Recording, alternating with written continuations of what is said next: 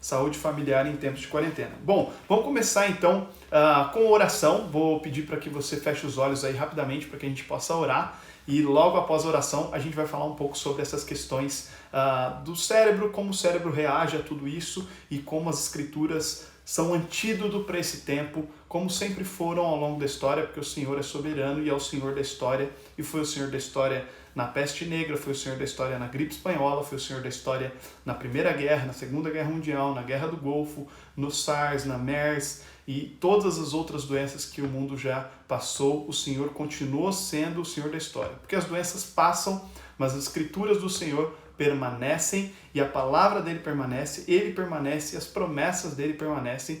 Então vamos orar rapidamente pedindo para que Deus cuide de nós nesse tempo rápido aqui, mas um tempo em que vai ser precioso. E essa live sim vai ficar gravada, mas o legal é que caso você queira, você pode interagir nesse tempo aqui conosco, ok? Só confirmando aqui, o áudio está ok, quem está nos ouvindo aí só me confirma se o áudio está ok. Se o áudio estiver ok, então nós iremos iniciar a nossa live, ok? Então vamos lá. Tá ok? Pelo jeito sim, o pessoal está acenando. Então vamos lá, vamos orar e pedir para que o Senhor cuide de nós nesse tempo de devocional e também de interação aqui conosco, ok? Vamos lá.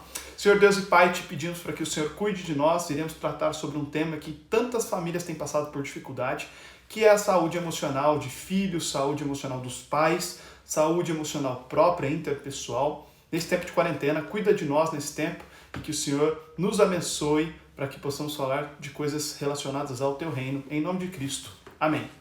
Bom, vamos lá, vamos falar um pouquinho agora de como funciona o cérebro humano nesse tempo de reclusão. Nós tivemos aí alguns países que aconteceram isso antes de nós. Então tivemos aí a China, tivemos a Itália, só que a China ela tem uma cultura muito distante da ocidental. E muitas pessoas até falam assim, eu duvido de qualquer informação que venha da China. Muitas pessoas têm até esse tipo de opinião. Mas os italianos são muito parecidos conosco, até mesmo na maneira de comunicação e na maneira de se abraçar. Então a maneira social que atingiu a Itália é muito parecida com a maneira social que nos atinge, apesar de eles serem um pouco ainda mais frios do que os brasileiros. Mas eles são um povo que gostam de estar juntos, que gostam de falar alto e que gostam de gesticular bastante, como estou fazendo aqui.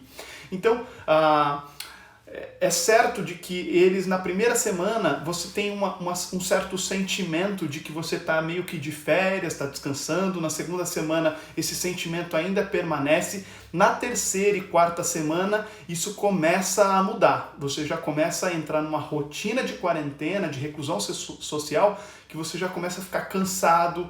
Os seus filhos, com as demandas das escolas, já começam a ter muita demanda e você não consegue atender as demandas dos filhos. Teve até uma brincadeira na internet aí que o pessoal postou um meme, né? Que a mãe olhando a nota do filho na tarefa online, tirou quase 0, tirou 1. E ela falou assim, eu olhando a nota de matemática do meu filho, que eu ajudei ele a fazer a tarefa. Então o pessoal está até criando memes em relação a tudo isso que a gente está vivendo, porque realmente tem sido um tempo difícil. Mas tem alguns aspectos que cooperam para que esse momento seja um pouco mais complicado.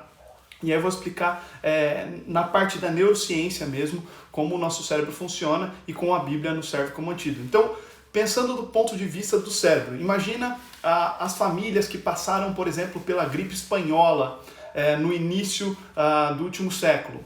Elas passaram por uma crise numa época em que a adolescência ainda não era cunhada como adolescência da maneira que a gente tem. Então, a adolescência é quase que uma criação da pós-modernidade. As pessoas não tinham tantos adolescentes como existem hoje, porque eles não eram tratados como adolescentes. A criança era preparada para a vida adulta. Então, a criança ela tinha uma preparação para que ela fosse adulta. Então, a partir dos 13, 14 anos, ela já tinha que trabalhar, ela já tinha que assumir responsabilidades. E as meninas, elas já tinham responsabilidades até mesmo de um casamento com 14, 15, 16 anos. Então, quando houveram essas crises, muitos adolescentes eles já tinham uma estrutura familiar. Agora, no tempo que a gente está vivendo hoje, todos os adolescentes estão dentro de casa, juntamente com os seus irmãos, que são crianças, juntamente com os seus pais, que não têm 30 e poucos anos, porque há 100 anos atrás, ou 150 anos atrás, as pessoas tinham filhos com 16, 17, 18, 19 anos. Então eles teriam filhos com 15 quando eles tinham 30 e poucos anos. Mas hoje em dia os pais não são pais mais com 30 e poucos anos. Os pais de adolescentes são pais de 45, 50 anos. Essa é a normalidade da nossa pós-modernidade. Só que isso dentro do nosso cérebro, como funciona dentro de uma casa, coexistindo dentro de uma mesma casa para vocês compreenderem. Dentro de uma mesma casa nós temos um adolescente que tem uma questão neuronal que é o aumento da amígdala cerebral. Eu não sei quantos aqui já ouviram falar da amígdala cerebral, mas a amígdala cerebral é uma das responsáveis pelo aumento da reação emocional. Então, um adolescente, ele de 11 até 21 anos, ele é triplamente reativo emocionalmente do que uma criança e do que um adulto. Então ele tem mais reação emocional. Só que um adolescente cai o nível de dopamina no sangue. Quando cai o nível de dopamina no sangue, cai também o prazer. Ou seja, adolescentes não sentem tanto prazer nas coisas. Só que coexiste na mesma casa um adolescente que não sente prazer nas coisas e tem mais reação emocional do que uma criança, do que um adulto, e um pai e uma mãe que já estão numa faixa etária de 45, às vezes, 40, 45, 50 anos, que já estão em outra fase hormonal na qual você, normalmente nessa idade você se faz perguntas sobre o propósito da sua vida, na qual, será que realmente eu tomei as decisões certas ao longo da minha vida? Então você tem uma crise existencial nessa faixa etária, cooperada por algumas questões hormonais e neuronais, juntamente com um adolescente que está ali dentro de casa também, entrando em algumas crises por causa do aumento da reação emocional e da diminuição do prazer. Ou seja, por que o adolescente ele precisa ser ensinado rapidamente a combater isso? Porque ele precisa aprender o que está lá em Salmo capítulo 1, que o prazer do ser humano que ama a Deus, ele está na lei do Senhor e nela medita de dia e de noite. Só que isso deve ser aprendido na infância, porque se ele for aprender na adolescente, onde ele já não sente mais prazer nas coisas, ele vai olhar para o texto e ele vai falar assim, eu não sinto prazer nisso. É por isso que Deuteronômio capítulo 6 diz que nós devemos ensinar as crianças andando pelo caminho, deitando, levantando, na batente da porta ou em qualquer lugar. Por quê? Porque quando a criança ela aprende a ter prazer nesse tipo de coisa, quando ela chega na faixa etária em que a amígdala cerebral dela aumenta e a dopamina cai, o que acontece? O prazer que o Espírito Santo nos dá, ele já foi cultivado, ele já foi treinado, nós já estamos nos deleitando no Senhor, nós já estamos descansando no Senhor, nós já estamos aprendendo a servir ao Senhor, em vez de somente sugar do Senhor. E é interessante que dentro de uma mesma casa nós temos aí a realidade de um adolescente que não sente prazer nas coisas e está triplamente reativo emocional, e pais com crises existenciais se realmente tomaram as decisões certas ao longo da vida, em troca de carreira ou até mesmo em demissão de empresa, porque a demissão da empresa muitas das vezes revela de que a empresa quer contratar alguém mais barato porque essa pessoa caminhou muito e já tem um salário muito exacerbado para aquela empresa. Junta todas as informações, você tem dentro de uma casa hoje, vivendo em quarentena, algo que não se vivia há alguns dias atrás, porque a vida do ser humano na pós-modernidade é muito complexa e muito proativa. E por ser muito complexa e muito proativa, o que acontece? O ser humano tem muita coisa para fazer. Então ele não resolve esses problemas que existem na pós-modernidade. E aí nós precisamos olhar para o texto. Olhando para o texto e percebendo que nós devemos aprender a sentir prazer na lei do Senhor e meditar nela de dia e de noite. Isso significa o que a família precisa fazer junto. Para a saúde emocional da família e para a saúde mental da família é necessário que seja investido tempo para conhecimento e descanso na palavra do Senhor. Lá em Provérbios capítulo 9, e eu estou com a Bíblia aqui, então vamos lá. Provérbios capítulo 9, se você quiser, você pode abrir aí, eu acho que no celular não vai dar, né? Mas se você tiver com a Bíblia. Provérbios capítulo 9, versículo 9, a palavra de Deus diz o seguinte: instrua o sábio e ele crescerá na sabedoria. Ensine o justo e ele aprenderá ainda mais. A melhor maneira de um ser humano aprender é quando ele ensina. O pai que ensina bem o seu filho, ele se torna um grande aprendiz das Escrituras. Um pai que ensina pouco o seu filho, ele não sabe das Escrituras. Isso é um problema sério. E um membro da igreja que também ensina poucas escrituras, provavelmente ele não vai saber muito. Um grande segredo para que a pessoa aprenda bem das escrituras é que ela se deleite em ensinar outras pessoas, trazer conceitos para os seus familiares, trazer conceitos bíblicos para aqueles que o rodeiam. E quanto mais você ensina, mais você se torna um ávido aprendiz e um ávido degustador das escrituras. Por isso que é importante que a família se deleite nas escrituras e descanse no Senhor, ou seja, aprenda no Senhor e tenha vontade de estudar no Senhor. Por quê? Porque numa sociedade ativista, proativa, que nós estamos vivendo até um mês atrás, sofrer esse impacto que nós estamos sofrendo do descanso é muito forte. Tem pessoas que estão em depressão, em crise de ansiedade, por quê? Porque elas não conseguem não fazer alguma coisa. Porque a vida dela é sustentada pelo fazer e não é sustentada pelo Senhor. Isso é um perigo enorme. Quando a sua vida é sustentada pela produtividade e não pelo Deus do processo que constrói em você aquilo que você realmente deve fazer, isso é um perigo enorme. Por quê? Porque você vai se deleitar naquilo que você consegue fazer com as suas próprias mãos, com a sua capacidade, com a sua habilidade, e você acaba ensinando isso aos seus filhos. Eu tenho dificuldade, e quando eu falei isso uma vez na igreja, algumas pessoas ficaram até meio ressabiadas comigo, que eu dei uma criticada um pouco na meritocracia. Porque hoje a maioria do estilo de ensino das pessoas tem a ver com meritocracia. O filho, ele só entende a vida a partir da meritocracia. Ele não entende a vida a partir daquilo que Deus faz através dele. Isso é um perigo enorme. E quando a família se junta para ficar um mês de reclusão dentro de casa, começam a surgir, de fato, as complicações. E isso começa a gerar problemas de saúde mental, começa a gerar problemas de saúde emocional, começa a haver problemas de saúde comportamental. Então, atinge vários setores da vida daquela família.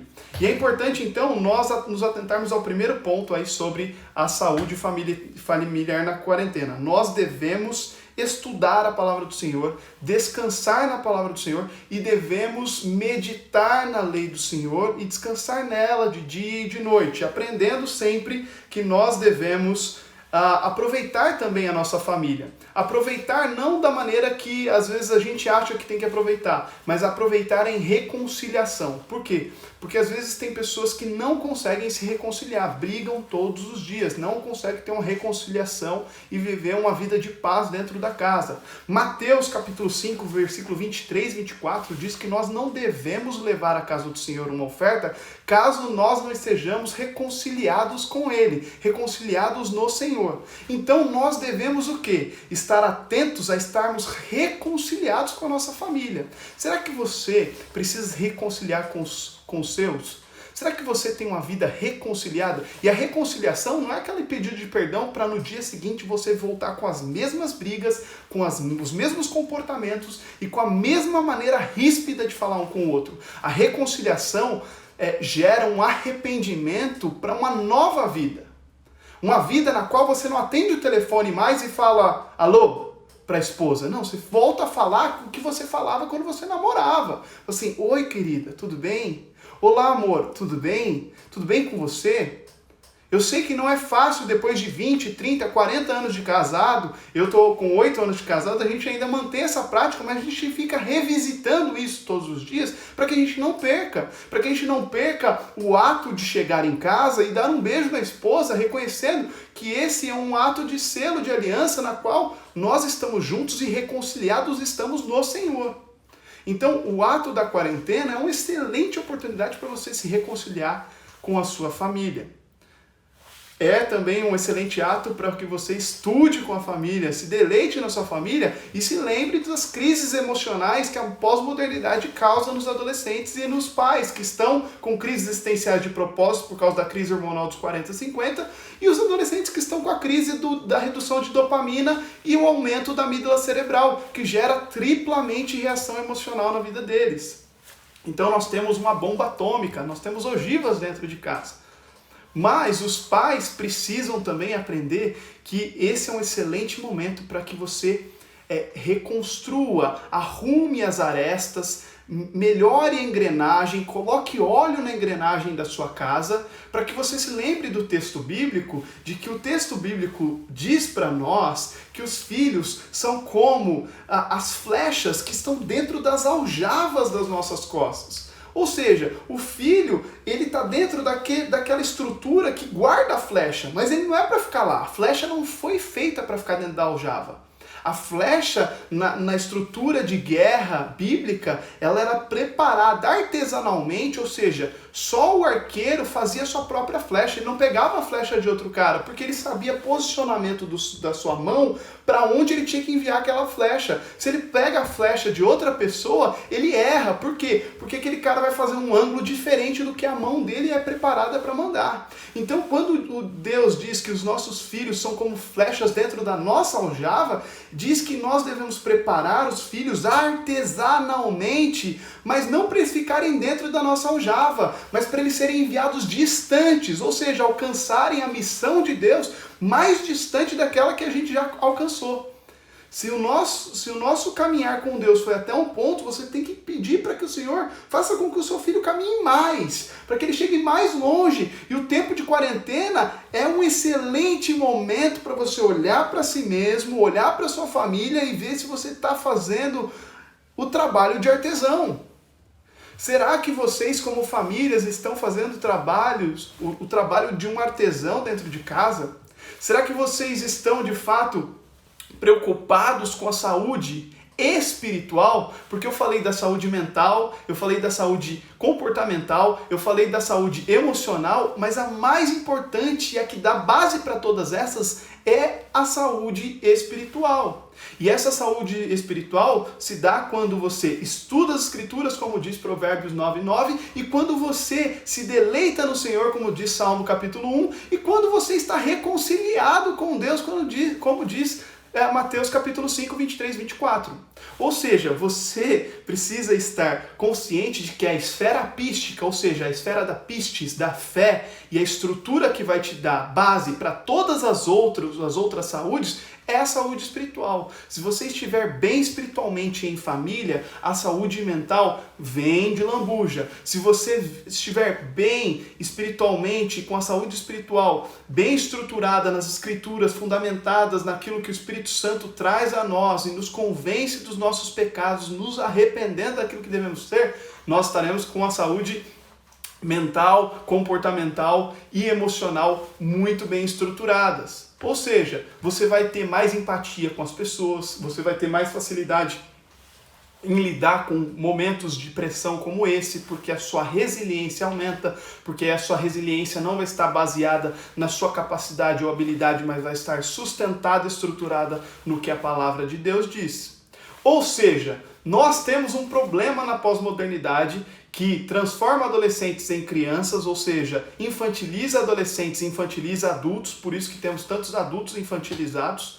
E nós temos um outro problema, que são pais com crises existenciais do seu propósito e que não treinaram para serem, de fato, mediadores, mentores e treinadores dos seus filhos. E o que significa ser um treinador, mediador e também um mentor do seu filho? Significa que você tem que cumprir o que diz a palavra de Deus lá em Provérbios. E o que a palavra de Deus diz em Provérbios quando nós olhamos para o ensino que nós devemos trazer à criança? Ensina a criança no caminho que se deve andar para que mais tarde ela não se desvie dele. O texto está dizendo que nós devemos ensinar a criança no caminho que se deve andar, mas tem muito pai, muita mãe, ou muito filho que também aprendeu errado. Por quê? Porque o texto está dizendo para ensinar no caminho. E tem muita gente que ensina o caminho. Ensinar o caminho é completamente diferente de ensinar no caminho. É um problema semântico. Por isso é importante que vocês tenham a consciência de que estar em quarentena é a família toda aprender no Senhor no caminho. Vocês estão aprendendo com o Senhor no caminho? Porque essa caminhada de um mês de reclusão gera em nós muitas expectativas, muita ansiedade, mas nós devemos lembrar que no caminho também o Senhor nos diz que nós não devemos andar ansiosos por coisa alguma, porque não é Ele que alimenta as aves dos céus, ou veste os lírios do campo. Então por que a gente vai ficar ansioso, gente? Por que a gente vai ficar ansioso, gente? A gente não tem que ficar preocupado. E como que a gente descobre isso? No caminho, caminhando com a nossa família, se deleitando no texto bíblico, meditando na lei do Senhor de dia e de noite, estando atentos a que adolescentes têm menos prazer nas coisas, por isso que eles precisam aprender a ter prazer nas escrituras na infância, para que eles lidem melhor com a adolescência. É interessante que a neurociência diz que eles descobriram um grande antídoto para os adolescentes no século XXI. Eles disseram que adolescentes que fazem trabalho voluntário ficam distantes das drogas, da sexualidade exacerbada ou antecipada e até mesmo dos problemas relacionados a suicídio ou automutilação. Cara, eles descobriram que a Bíblia já descobriu há muito tempo. Eles estão falando de trabalho voluntário, mas as escrituras estão chamando as crianças e os adolescentes a servirem desde que o mundo é mundo. O Senhor chama Adão para trabalhar, o Senhor chama Moisés para trabalhar, Abraão para trabalhar, Davi para trabalhar, os profetas para trabalhar, Jesus trabalhou com seu pai e nós temos que ver as crianças aí atentas e servindo ao Senhor. O trabalho voluntário, que a neurociência diz que é o grande antídoto, nós chamamos de serviço ao Senhor. Uma criança e um adolescente que não aprende a servir, ele provavelmente vai ter crises de outras saúdes que não é espiritual, porque a espiritual já está desestruturada. Por isso que nós, como família, temos que ajustar as arestas, colocar óleo na engrenagem nesse tempo de quarentena, para que estejamos melhores quando voltarmos ao nosso cotidiano comum. Aproveite esse tempo, não desperdice a sua quarentena, não desperdice lamentando, mas, de fato, faça com que uma lamentação, que deve haver com certeza, porque é impossível não vir, mas que uma lamentação, ela volte para o Senhor com um olhar de esperança, com um olhar de vontade de fazer diferente e com um olhar de reconstrução dentro da sua casa.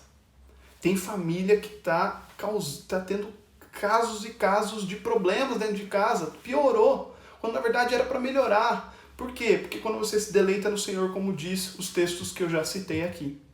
Então, meus irmãos, é claro que nós estamos aqui num bate-papo rápido e interessante, mas eu gostaria de deixar aberto aqui para vocês, quem quiser entrar nessa live, eu vou deixar alguém entrar, e se alguém quiser fazer alguma pergunta, de qualquer ordem. O Tony perguntou aqui, quais dicas práticas você recomenda para criar um ambiente familiar saudável durante a quarentena? Na minha experiência, o ideal é estruturar uma rotina. Estruturar uma rotina é extremamente importante, porque se você entra na quarentena sem nenhum tipo de rotina, você começa a trocar a noite pelo dia, como muitos adolescentes têm feito, e até mesmo eu aqui em casa, eu e minha esposa, às vezes a gente sem querer se pega dormindo muito tarde, acordando muito tarde também, porque a gente acaba avançando no trabalho durante a noite e acaba acordando mais tarde. Então você começa a desestruturar a rotina, você perde o controle de hora, de dia. Muitas pessoas nem sabem que hoje é um feriado nacional, então as pessoas começam a perder o controle do tempo e essa ausência de controle não é para te gerar depressão, mas é para você lembrar que o autor e o dono do tempo em todas as coisas é o Senhor. Você tem que lembrar, falar assim, peraí, se eu estou com um tempo um pouquinho descontrolado, peraí, o Senhor é o dono do tempo, Ele é o soberano do tempo. Eu preciso me lembrar que eu faço as coisas não para mim mesmo, mas para Ele. Então estruturar uma boa rotina, mesmo que você durma tarde e acorde tarde, mas você precisa estruturar essa rotina para que você acorde, consiga fazer uma oração logo na manhã, você acordar e fazer uma oração em família. Tem muitos pais que levam os filhos para a escola, deixam o filho na escola e falam assim, dá um beijinho aqui, filho, tchau, tchau, Deus te abençoe. Aproveita esse tempo que você está levando o filho para a escola para orar com ele. E aí, num tempo de quarentena como esse, você já tem a prática da oração, você já vai orar. Se você está só com sua esposa, aproveite, acorde de manhã e a primeira coisa que você vai fazer é orar com sua esposa. A outra coisa importante que vocês podem fazer aí num aspecto prático, eu já até falei com os pais do Alpha Kids, tem muitos pais que vão buscar os filhos na escola e o filho entra dentro do carro, a primeira coisa que o pai pergunta para o filho é, e aí filhão, foi bom a escola hoje? Foi papai, foi legal. E o que você aprendeu?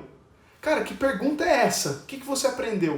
Como se o filho fosse um mero receptor de conhecimento nessa vida. A escola só mede 2 tipos de capacidade do ser humano, a lógica e a linguística. O ser humano tem pelo menos 8 capacidades, intrapessoal, interpessoal, musical, biológica. Então, o ser humano tem muitas capacidades, a escola mede só 2 e o pai está preocupado o quanto ele está absorvendo desses 2 tipos de capacidade. O grande segredo para o ensino, na verdade, é quando o filho entra dentro de casa e o pai vai olhar para o filho e falar assim, filhão, e aí, o que você ensinou na escola hoje? Porque se você é um pai cristão e você não está preparando o seu filho para ensinar nada na escola, você como pai, como mãe, estão falhando, com certeza. Então, nesse tempo de quarentena, vocês têm que preparar os filhos de vocês na estrutura prática para eles ensinarem, não para eles absorverem mais conhecimento, porque eles já estão socados de conhecimento. A escola está dando muita tarefa online e a estrutura online é muito difícil para a criança. E aí o pai vem com mais material bíblico, aqui ó, tá desenho aqui, mais coisa para você, ora aqui, faz isso aqui, lê a Bíblia. Assim. Não, peraí, filhão. Eu preciso que você me ensine agora as escrituras. O que você sabe das escrituras? Vamos bater um papo franco aqui. O que você sabe das escrituras? O que você sabe da história de Davi? Me fala aí, vamos lá. Qual que é a aplicação? Tenta puxar dos seus filhos o que eles têm a te ensinar. Porque quanto mais eles ensinarem, mais eles vão aprender. Porque a melhor metodologia de aprendizagem do ser humano é quando a gente ensina. E não é à toa que Jesus estava ensinando os mestres com 12 anos. Não é à toa. Jesus era um mestre. E aí todo mundo fala assim, não, mas era o Filho de Deus. Para com esse papo, cara. Para de ficar botando culpa em que ele era filho de Deus e olhar para o seu filho e falar assim, isso aí, coitado, isso aí é o filho de Adão, não tem condição, não tem jeito. Não, olha para o seu filho e fala assim, cara, o meu filho é filho de Adão, mas ele tem que seguir o filho de Jesus. A Bíblia manda seguir o filho de Jesus. Então, se Jesus está ensinando com 12, meu filho tem que me ensinar com 12. E ensinar coisas bíblicas, santas. Tem pai que acha maravilhoso que o filho sabe mexer em tudo no celular, tudo no iPad, no controle da televisão, sabe mexer em tecnologia com 12 anos, mas na hora que vai ensinar as escrituras, o menino não sabe nada, nada. Então o pai se vangloria porque o menino é muito bom na escola, muito bom em matemática, muito bom em empreendedorismo, muito bom não sei o que lá, vai e participa de Olimpíada de matemática, mas e a Bíblia? E o que ele sabe ensinar de escritura? Então, às vezes não sabe. Então é interessante que muitas das vezes o ser humano ele confunde, principalmente o cristão, ele acaba perdendo a sensibilidade do que realmente precisa ensinar para os seus filhos. O Claudemir disse que se eu posso falar um pouco mais da amígdala cerebral. Claudemir, eu posso falar um pouco mais da amígdala cerebral? Eu estou sem aqui o meu escopo para te mostrar onde ela fica localizada dentro do cérebro. Poderia te mostrar, porque eu tenho um cérebro aqui virtual que eu seguro na minha mão, mas eu estou sem ele aqui e eu uso ele com o celular. Mas a amígdala cerebral, ela fica atrás do hipocampo, dentro do nosso cérebro. Eu terminei neurociência, essa semana foi minha última prova, depois de 2 anos estudando, e a amígdala cerebral ela é responsável no nosso organismo por controlar as emoções. Então ela tem um papel muito importante no controle das emoções. Então, se você tem uma amígdala cerebral bem treinada, você lida bem melhor com o estresse. Crianças que aprendem a lidar com as emoções na infância, elas aprendem a controlar muito bem a amígdala cerebral. Quando chega no período 11 a 21 e essa amígdala cerebral cresce de tamanho, ela não sofre tanto impacto se a criança foi bem treinada a controlar as emoções do que adolescentes que não foram bem treinados. E tem alguns estudos que mostram que alguns jovens ficam com a amígdala cerebral triplicada até os 25, 26, até 27 anos. Então tem gente que demora muito para o córtex pré-frontal fechar e a amígdala cerebral reduzir de tamanho. Então isso é muito complexo. Então vamos lá, o Tony até organizou aí, estruturar uma rotina, ter momentos de oração com os filhos e esposa, pela manhã é muito importante e à noite também. Preparar os filhos para ensinar a Bíblia, valores cristãos e não somente aprender. É isso aí. 3 conceitos bem legais aí para vocês fazerem. E aí, lembrando dos conceitos que eu passei aqui de Provérbios 9, que é ensinar a ter sabedoria. E ter sabedoria é você saber analisar o contexto, não só dar uma resposta pronta, não só um versículo pronto, certo? E isso é muito importante. que está numa crise bem complicada, então vamos continuar orando por vocês e orando por todas as pessoas que têm passado por dificuldades, pelos médicos, pelos enfermeiros, fisioterapeutas, técnicos de enfermagem, todo mundo está na linha de frente e esperamos que o Senhor nos guarde também como igreja para que sejamos luz aonde estivermos e aproveite essa quarentena para colocar óleo na engrenagem, ajustar as arestas para voltar reconstruídos para o seu dia a dia e cotidiano, louvando, adorando e sendo edificado pelo Senhor, tá bom? Que Deus abençoe e até o próximo vídeo. Tchau, tchau!